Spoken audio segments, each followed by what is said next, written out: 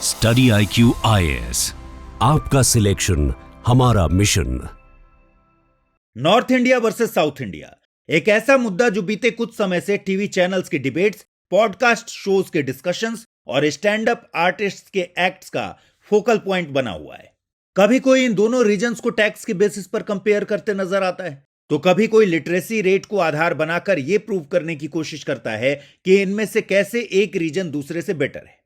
आलम यह है कि कभी महज कल्चरल प्राइड के नाम पर शुरू हुआ यह डिस्कशन अब कल्चरल सुप्रीमेसी की टसल में ट्रांसफॉर्म हो चुका है, जहां लोग मसूरी को मुन्नार से, दाल बाटी को डोसा से और चाय को कॉफी से कंपेयर करने लगे हैं। किसी के लिए डिबेट का मुद्दा सिनेमा है तो किसी के लिए लैंग्वेज, किसी को अपने लिए बेटर रिप्रेजेंटेशन चाहिए तो किसी को सेपरेट नेशनहुड।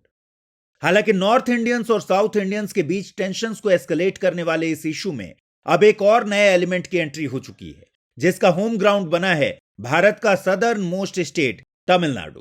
दरअसल हाल ही में नॉर्थ वर्सेस साउथ का यह डिबेट फर्दर इंटेंसिफाई तब हो गया जब तमिलनाडु के CM MK Stalin antiquity of iron नाम की इस किताब को लॉन्च करने के लिए पहुंचे।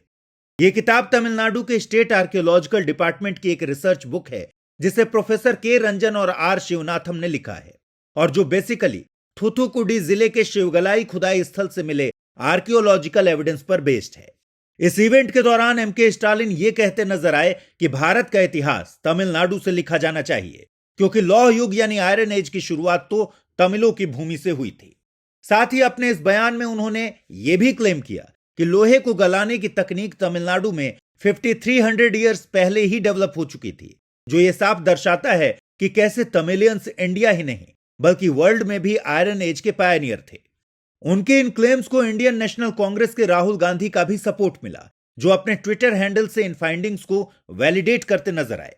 बस फिर क्या था, एमके स्टालिन के इन क्लेम्स ने नॉर्थ वर्सेस साउथ वॉर में एंगेज्ड लोगों के बीच एक नए फ्रंट को खोल दिया, जिसके बाद उन्होंने इस बात पर बहस करनी शुरू कर दी कि क्या शिवगलाई से मिले एविडेंसेस को देखते हुए अब इंडस वैली सिविलाइजेशन को इंडियन सबकॉन्टिनेंट की ओल्डेस्ट सिविलाइजेशन कहा जाना साइंटिफिकली वैलिड होगा या नहीं। कुरुशेफ दलाल जैसे कुछ आर्कियोलॉजिस्ट्स की माने तो बिना एक सॉलिड रिसर्च के इस तरह के क्लेम्स को वैलिडेट करना बहुत मुश्किल है, क्योंकि जब तक शिवगलाई से हैबिटेशन के कॉन्टिन्यूअस रिकॉर्ड नहीं मिल जाते तब तक यह नहीं कहा जा सकता कि आज से 4 या 5000 ईयर्स पहले यहां एक वेल एस्टैब्लिश्ड सिविलाइजेशन रहा करती थी। दूसरी तरफ यह भी एक फैक्ट है कि शिवगलाई और किझाड़ी से मिले एविडेंस की कार्बन डेटिंग इस बात की संभावनाओं को काफी बढ़ा देती है कि यहां रहने वाले लोग आयरन ओर का इस्तेमाल बखूबी जानते थे, जो अपने आप में काफी फैसिनेटिंग है। लेकिन अभी भी यहां व्हेन एंड हाउ का एक बड़ा क्वेश्चन मार्क जरूर लगा हुआ है। ऐसे में सवाल है कि अभी जब तक इन साइट्स की पूरी कहानी सामने नहीं आई है, तो फिर आखिर क्यों एमके स्टालिन इस तरह के बोल्ड क्लेम्स कर रहे हैं? क्यों वो तमिलनाडु को इंडियन सिविलाइजेशन का पायनियर बताना चाहते हैं? क्या उनका इरादा शिवगलाई की सच्चाई को सबके सामने लाने का है, या वो महज पॉलिटिकल गेन के लिए कल्चरल प्राइड को एक टूल की तरह इस्तेमाल करने की कोशिश कर रहे हैं?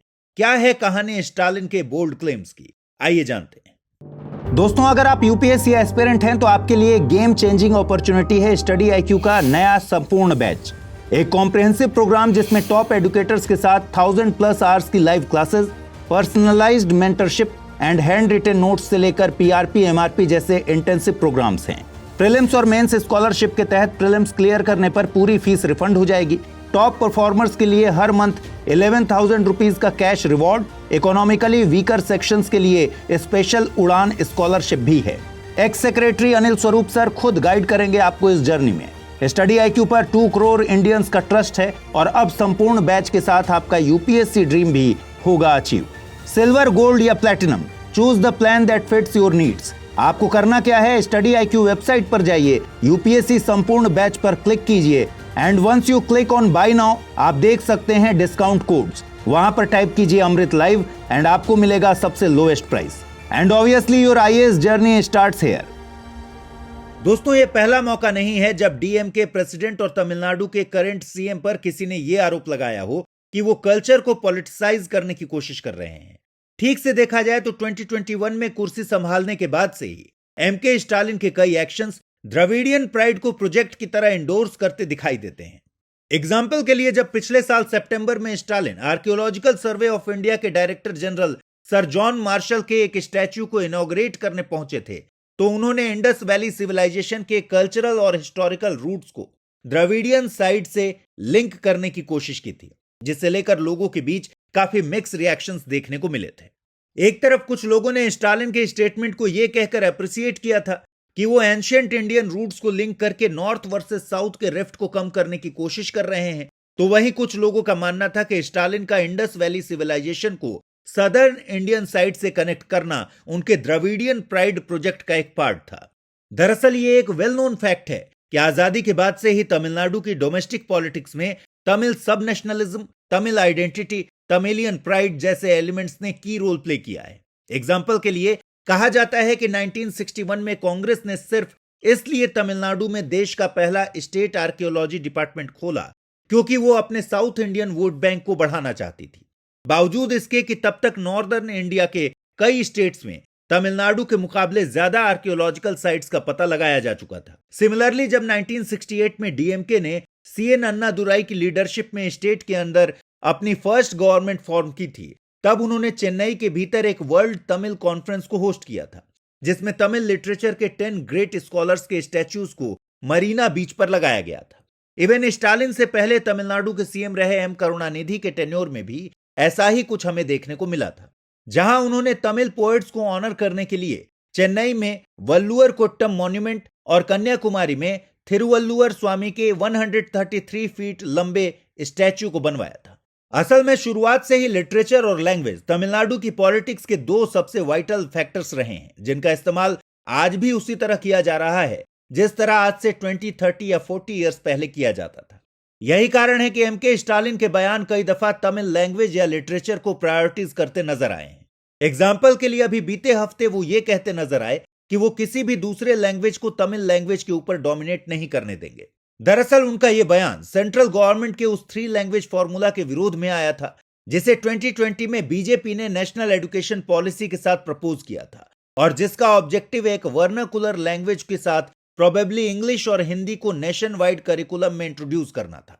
वो यही नहीं रुके, उन्होंने तो बीजेपी पर यह भी आरोप लगाया कि वो इस 3 लैंग्वेज फॉर्मूला के साथ तमिलियंस की नेटिव लैंग्वेज को बर्बाद करने की कोशिश कर रही है।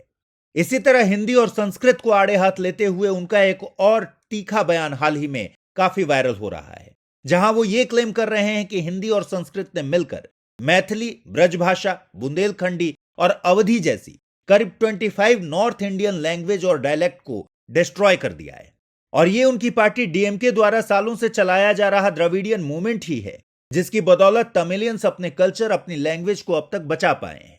ऐसे में एमके स्टालिन के इन बयानों से तो यह साफ लगता है कि वो कल्चरल प्राइड को शील्ड बनाकर नॉर्थ वर्सेस साउथ के रिफ्ट को और ज्यादा वाइड करने की कोशिश कर रहे हैं, क्योंकि हिंदी या संस्कृत ने मिलकर इतनी सारी नॉर्थ इंडियन लैंग्वेज को डिस्ट्रॉय कर दिया है। ये स्टेटमेंट अपने आप में थोड़ा एग्जिगरेटेड, एक्सट्रीम और इलॉजिकल है। ऐसे में सवाल है कि आखिर वो ऐसा क्यों कर रहे हैं। दोस्तों, एमके स्टालिन का Dravidian pride project Indian politics के उस डेकेड्स ओल्ड मेथड को रिप्रेजेंट करता है जो आज भी इंडियन वोटर्स के बीच उतना ही इफेक्टिव है जितना वर्षों पहले हुआ करता था। आलम यह है कि आज भी इंडिया में राजनीति करने के वही 4-5 घिसे पिटे मुद्दे हैं जो सदियों पहले से हुआ करते थे, जैसे जाति, धर्म, भाषा, क्षेत्र इत्यादि। और ठीक से देखा जाए तो देश के अलग अलग राजनीतिक दलों ने इन्हीं 4-5 चीजों को मिलाकर कल्चरल प्राइड नाम के इस नए फॉर्मूले को तैयार किया है। कल्चरल प्राइड के इस फॉर्मूले का इस्तेमाल करने का आरोप यूपी की योगी सरकार पर तब लगाया जाता है जब वो इलाके के किसी क्षेत्र का नाम बदलने की कोशिश करते हैं। सिमिलरली राहुल गांधी का किसी पॉडकास्ट में अपनी गोत्र बताना, इलेक्शन से पहले किसी मंदिर में जाना या किसी रैली में जय जवान, जय किसान, जय पहलवान जैसे नारे को भी लोग कल्चरल प्राइड के इस फॉर्मूले से एसोसिएट करते हैं। कल्चरल प्राइड और पॉलिटिक्स का ऐसा ही एक जबरदस्त कॉम्बिनेशन हमें प्राइम मिनिस्टर मोदी के केस में भी देखने को मिलता है। एग्जाम्पल के लिए आपने नोटिस किया होगा कि कैसे बदलते राज्यों के साथ पीएम मोदी की हैट्स यानी टोपियां बदलती रहती हैं। मणिपुर में वो सर पर कोये पहने नजर आते हैं तो असम में उसकी जगह बैम्बू की बनी जापी आ जाती है। लद्दाख में वो बदन पर गौछा धारण किए दिखाई देते हैं तो गुजरात में उनके हाथ में तीर कमान आ जाता है। यानी एमके स्टालिन का तमिलियन कल्चर या लैंग्वेज पर स्पेशल एम्फेसाइज करना कोई नई या अलग बात नहीं है और वो मोर और लेस वही कर रहे हैं जो देश की दूसरी पॉलिटिकल पार्टीज कर रही हैं। लेकिन समस्या यह है कि स्टालिन का कल्चरल प्राइड गेम अब कल्चरल सुप्रीमेसी की वॉर में ट्रांसफॉर्म होता जा रहा है, जहां वो स्टेट के कोर वोटर्स बैंक को अपनी ओर करने के लिए नॉर्दर्न कल्चर, नॉर्दर्न लैंग्वेज को टारगेट कर रहे हैं। एग्जाम्पल के लिए कुछ एक्सपर्ट्स का मानना है कि वो शिवगलाई को आधार बनाकर सिर्फ इसलिए तमिलनाडु को आयरन एज का पायनियर बता रहे हैं ताकि अभी तक जो इंडियन सिविलाइजेशन का नैरेटिव नॉर्थ इंडिया में सेंटर्ड है, उसका एपी सेंटर वो सदर्न इंडिया की तरफ शिफ्ट कर सके, ताकि आने वाले 2026 के स्टेट इलेक्शंस में तमिल प्राइड के नाम पर ज्यादा से ज्यादा वोटर्स उनके साथ जुड़े। सिमिलरली यहां हिंदी लैंग्वेज को बार बार टारगेट करना भी बस उनका एक ऐसा पॉलिटिकल स्ट्रोक है जिससे वो स्टेट के वोटर्स के बीच बीजेपी को अनपॉपुलर बनाना चाहते हैं, क्योंकि बीजेपी की कल्चरल आइडेंटिटी हिंदी के साथ काफी क्लोजली एसोसिएटेड है। दरअसल वैसे तो अभी भी बीजेपी का वोट बैंक तमिलनाडु में लगभग न के बराबर है और ब्रॉडर सेंस में डीएमके को बीजेपी के स्टेट में होने ना होने से एज सच कुछ ज्यादा फर्क पड़ता नहीं है। लेकिन उनकी समस्या तब शुरू हो जाती है जब बीजेपी एआईएडीएमके जैसी पार्टीज के साथ अपना एनडीए अलायंस फॉर्म करके तमिलनाडु के स्टेट असेंबली इलेक्शन में एंटर करती है, जैसा उन्होंने 2021 के स्टेट असेंबली इलेक्शन के दौरान किया था। दरअसल भले ही बीजेपी के पास तमिलनाडु में अपना एक वेल आइडेंटिफाइड वोट बैंक न हो, लेकिन क्योंकि ये पार्टी नेशनल पॉलिटिक्स के सबसे बड़े प्लेयर्स में से एक है, इसीलिए उनके पास रिसोर्सेज की कोई कमी नहीं है। कहा जाता है कि 2021 के स्टेट असेंबली इलेक्शंस में डीएमके का जीतना लगभग शुरुआत से ही तय था और तमिलियन प्राइड की जिस लहर को लेकर स्टालिन आगे बढ़ रहे थे, उसे देखते हुए सभी को यह लग रहा था कि एआईएडीएमके 50 से भी कम सीट्स पर सिमट जाएगी। लेकिन यह बीजेपी द्वारा प्रोवाइड कराए गए रिसोर्सेज का ही करिश्मा था जिसने न जाने कितनी सीटों पर एआईएडीएमके के कैंडिडेट्स के भाग्य को बदल दिया। इवन कई सीटों पर तो बीजेपी ने अपने लिमिटेड वोट्स भी एआईएडीएमके की ओर शिफ्ट करा दिए। यही कारण था कि सिर्फ 66 सीट्स जीतने के बावजूद एआईएडीएमके का वोट परसेंटेज डीएमके से महज 5% कम था। ऐसे में स्टालिन जानते हैं कि अगर नेक्स्ट ईयर आने वाले स्टेट असेंबली इलेक्शंस में बीजेपी एआईएडीएमके के साथ लड़ी तो ये उनके लिए खतरनाक साबित हो सकता है। इसीलिए वो लगातार ये कोशिश कर रहे हैं कि कैसे भी बीजेपी को स्टेट में अनपॉपुलर बनाया जाए ताकि एआईएडीएमके को उनके साथ अलायंस फॉर्म करने से पहले 10 बार सोचना पड़े। दोस्तों, तमिलनाडु हो या उत्तर प्रदेश, राजस्थान हो या कर्नाटका, भारत का हर राज्य अपनी एक अलग और यूनिक कल्चरल आइडेंटिटी रखता है जो एक साथ मिलकर इंडिया के डाइवर्स फैब्रिक को फॉर्म करती है। ऐसे में शिवगलाई की फाइंडिंग्स तमिलियंस ही नहीं बल्कि राजस्थानी, गुजराती, असमी, बंगाली हम सब के लिए गर्व की बात है। इसलिए नॉर्थ वर्सेस साउथ के इस अननेसेसरी डिस्कशन में न इन्वॉल्व होते हुए हम सबको इन फाइंडिंग्स को एम्ब्रेस करना चाहिए। अब जहां तक बात है एमके स्टालिन साहब के क्लेम्स की, उन पर आप अपने विचार हमारे साथ साझा कर सकते हैं। आपको क्या लगता है, क्या हिंदी या संस्कृत ने वाकई अपनी रीजनल लैंग्वेज या फिर डायलेक्ट को डिस्ट्रॉय कर दिया है? कमेंट सेक्शन में जरूर बताइएगा। जय हिंद दोस्तों। स्टडी IQ IAS, आपका सिलेक्शन हमारा मिशन।